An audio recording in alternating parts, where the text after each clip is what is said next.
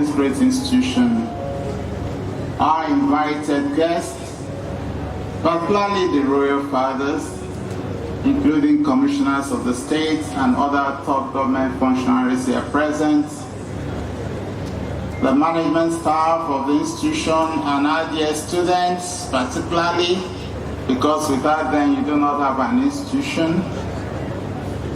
Gentlemen of the press, ladies and gentlemen, I wish to acknowledge with thanks the invitation extended to me by the management of this boarding institution of learning, the University of Delta Abo, to be guest lecturer for the 4th Founders Day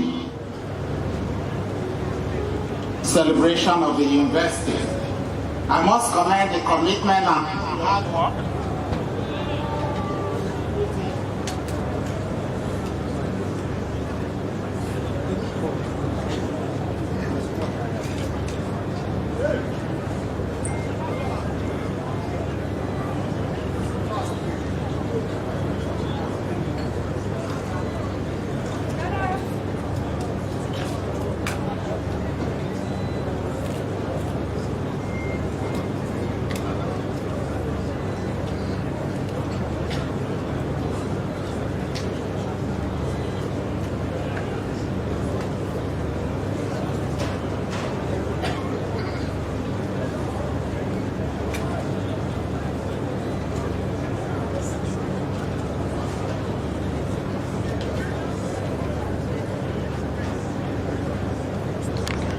a source of division and its greatest weakness.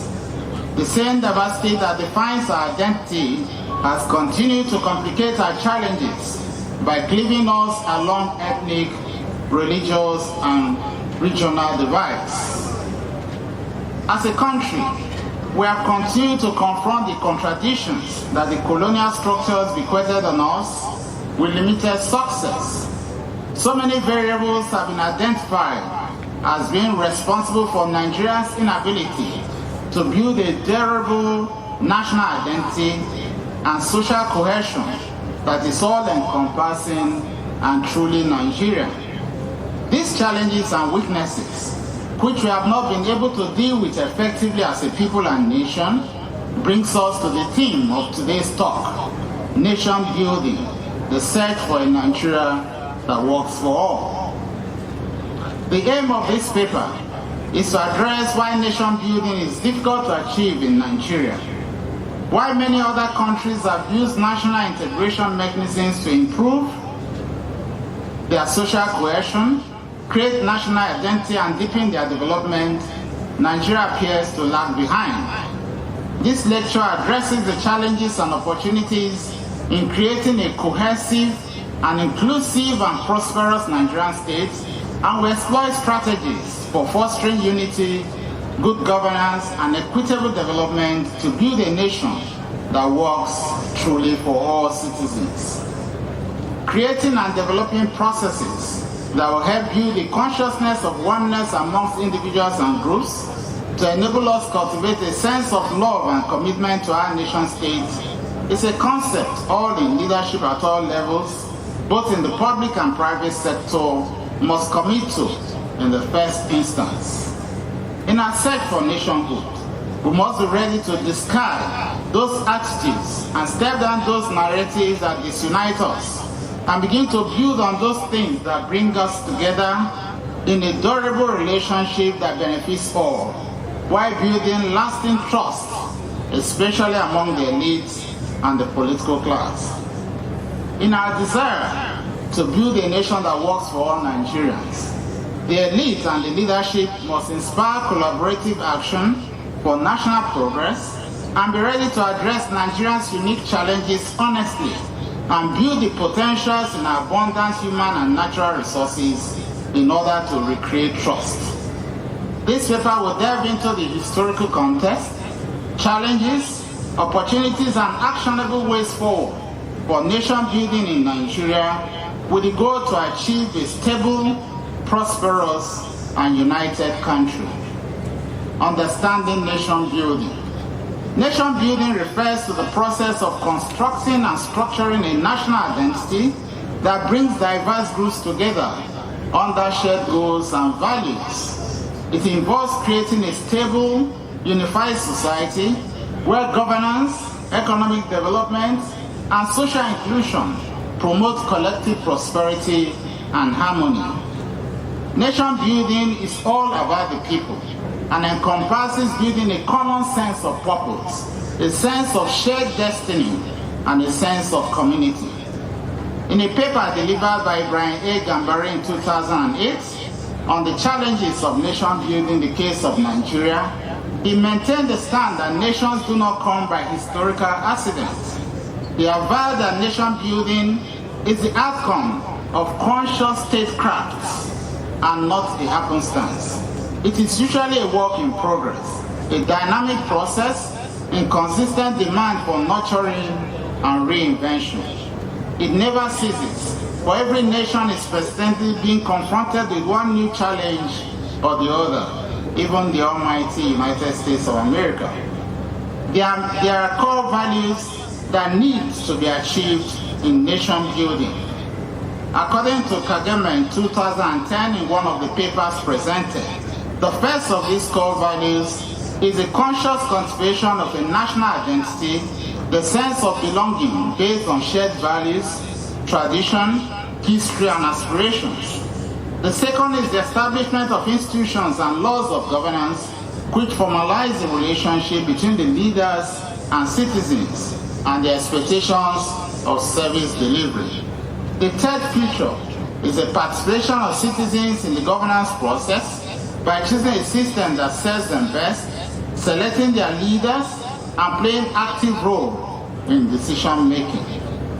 Key elements of nation building will therefore necessarily include fostering a sense of community, transparent and accountable governance, rule of law, sustainable economic development that reduce poverty and enhance quality of life for all citizens, and social inclusion through the promotion of access to resources, representation, and opportunities. Nigeria's historical context, the pre-colonial era. Nigeria's diverse ethnic, linguistic, and cultural composition dates back to its pre-colonial communities, which were organized into kingdoms and empires like the Hausa Fulani, the Yoruba, the Igbo, the Benin, etc. Adejimo in 2010 notes that Nigeria comprised over 250 ethnic groupings with more than 4,000 dialects. While this diversity fostered rich traditions and cultures, it also created challenges in fostering unity among distinct groups. The building of Nigeria as a nation began in 1900 with the creation of the Northern and Southern Protectorates along with the colony of Lagos. In 1914, the two protectorates were amalgamated by Britain into a country, the Southern Protectorate and the colony of Lagos having been earlier merged. As I said earlier, by 1946, Nigeria was divided into three regions, the Northern, Western, and Eastern regions. Nigeria finally gained her independence in 1960. In the colonial era, the British colonial administration established a framework that prioritized economic exploitation and regional disparities over national unity. So obviously they were not ready to build us as a unified nation. They were more interested in the exploitation, and they benefited from the divisions that we had amongst ourselves. The post-independence period.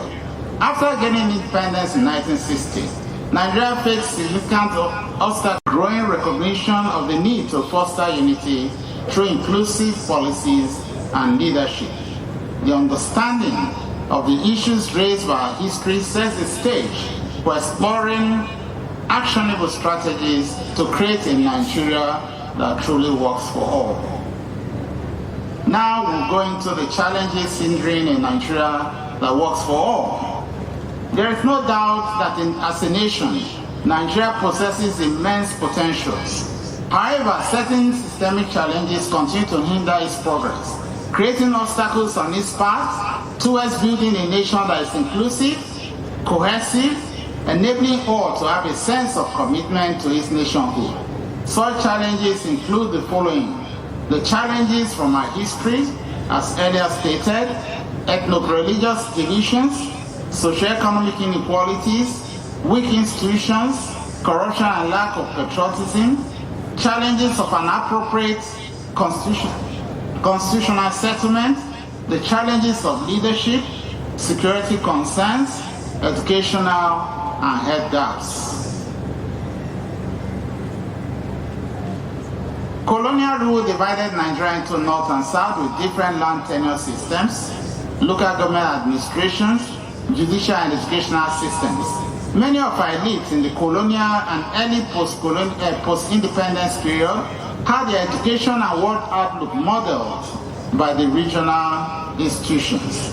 Nigeria did not have a central rallying figure like Kwame Nkrumah of Ghana or Nelson Mandela in South Africa. Rather, each region threw up its own ethnic champions, complicating the divisions and the fragility of our union. Ethno-religious divisions. Nigerians have continued to identify themselves more deeply on the basis of religion and ethnic and regional groupings. Governance and policy making more often prioritize religion and ethnic considerations to the detriment of national interest and inclusivity. These sharp lines of division impact negatively on our national unity as they erode social trust and cohesion, thereby creating barriers to collective efforts for national development. Socioeconomic inequalities and regional disparities. To enable all commit to nationhood and a common identity, Nigeria needs to establish a baseline of social and economic rights which all members of the national community must enjoy. The 1999 Constitution provides a guide.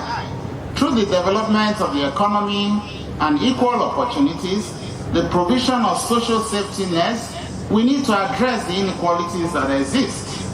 The growth in our economy since independence has not truly translated to making the life of most Nigerians better, nor has it reduced the disparities and inequalities in the national community.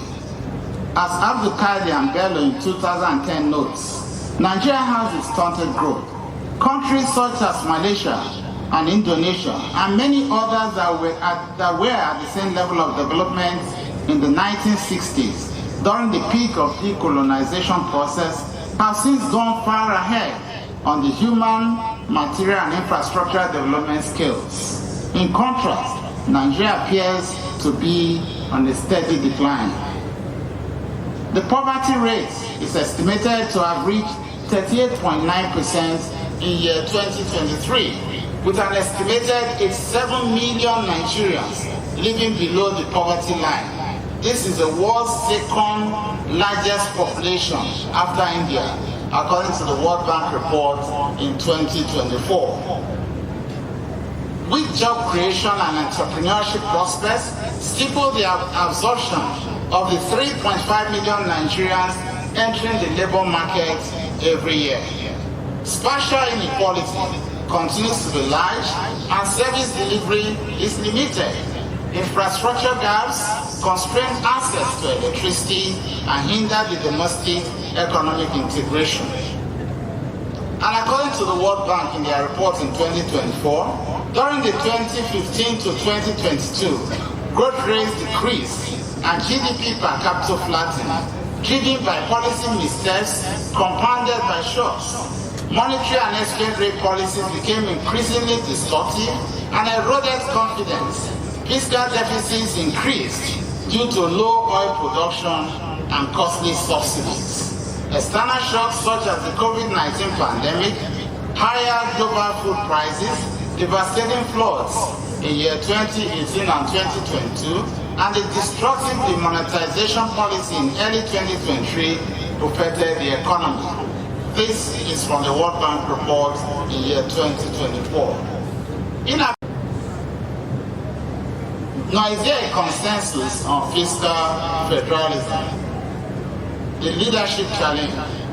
Leadership is a critical factor in nation building. It is the duty of the leader to set goals, be exemplary, and develop the vision for a greater tomorrow. The leader should be competent, committed, honest and patriotic. In the governance process, the leader must pursue a collective and common vision and focus on an equitable development for all in the national community. The leader ought to have full grasp of the challenges, both economic and political, and be equipped to tackle these challenges with a high level of integrity, operating within the rule of law. To make progress, the nation needs a leadership team that understands and appreciates the nation-building challenges confronting our nation. TED in 2010 observes that the problem of this great nation so far has been the quality and ability of good and patriotic leadership to lead Nigeria well to attain its full potential and enhance progress. A good leader, he says, must inspire. A good leader can inspire the most incorrigible followers and transform them into responsible citizens. And Momodu said in 2012 that followers are ready to follow a trusted leader even into fire. I do not know whether that is possible now with the kind of things we see in our nation today. Considering the complexity of issues and challenges that confront us as a nation and the varying divides, it may not just be as simple as such researchers have put forth. No. Security concerns, insurgency, banditry, kidnapping, either farmers' conflicts and communal conflicts continue to create fear and displacement, disrupting the livelihoods and governance. Inadequate policing, poorly equipped and underfunded security forces struggle to combat internal threats. Insecurity continues to discourage investments, restricts access to education, particularly in the Northeast and some parts of the Northwest, and continues to undermine long-term development initiatives. Food production and food security is likely threatened by this insecurity and may lead to further importation of food, causing a strain on our foreign reserves and the value of our currency. Educational and health gaps. The deprivation in education, particularly in northern Nigeria, is driven by various factors, including economic barriers, sociocultural norms and practices that discourage attendance in formal education, especially for girls. In northeastern and northwestern states, 29% and 35% of Muslim children respectively receive Quranic education devoid of basic skills such as literacy and numeracy. In the northeast, over 2.8 million children are in need of education in emergency as a result of displacement in conflicts. The United Nations Children's Fund says the number of out-of-school children in Nigeria is now 18.3 million, positioning Nigeria as a country with the highest number of out-of-school children globally as of May 2024. This obviously is a setback for us as a people, and we must do everything possible to ensure that our children return to school. Healthcare systems are underfunded and overstretched, while both sectors, the health and education sector, suffer from poor infrastructure and lack of skilled personnel. Now, charting the path for the future. We've talked about the challenges, but what are the possible things that can be done? The pursuit of the goal of a shared destiny, national integration, inclusion, trust, and socio-economic development is one that is multidimensional. A multifaceted approach is essential to create a sustainable, prosperous, and inclusive Nigeria where every citizen can thrive. Key strategies for building a Nigeria that works for all would include the following. 1. Good governance and the rule of law. There is a need to strengthen democratic institutions, as weak institutions cannot deliver trust nor development. We must therefore build institutions capable of delivering justice, enforcing laws, and upholding citizens' rights. Establishing strong and independent institutions that protect democracy, combat corruption, promote ethical governance, and ensure transparency in public administration is a core need. The government of Nigeria, led by His Excellency Olusegun Obasanjo, established by law the Independent Corrupt Practices Commission and the Economic and Financial Crimes Commission. These institutions need to be strengthened, and I also believe that the National Assembly, the state assemblies, and the legislative arms of local government councils must assume their independent roles and ensure proper oversight of the executive arm of government. 2. Promoting inclusivity and equity. In order to bridge regional and group gaps, there is a need to promote policies that address disparities in access to resources, access to education and economic opportunities across regions. We must ensure that the leadership reflects the Nigerians' diversity in order to foster a sense of belonging among all the groups. There is a need to ensure equal opportunities for all by creating programs and initiatives to uplift underrepresented groups, especially women, the youths, and the fiscally challenged. Human capital development. There is a need to improve on our investment in human capital, guarantee universal access to quality education with a focus on science and technology, encouraging innovation and skills development, and fostering an environment where entrepreneurship and vocational training can flourish, enabling citizens to contribute meaningfully to economic development. And I want to tell the institution, UNIDEL today, that in going as a university, you just in the first few years, there's the need to focus on entrepreneurship development. And there is no harm if every single student passing through this institution, whether you are in the sciences or you are in the arts, you are made to learn a form of trade, a form of skill that can help build you up for the future. So we need actually, as one of the key things, an entrepreneurship development center. And I think that that ought to be a driving force, so that every student who is passing through this institution is also made to pass through that.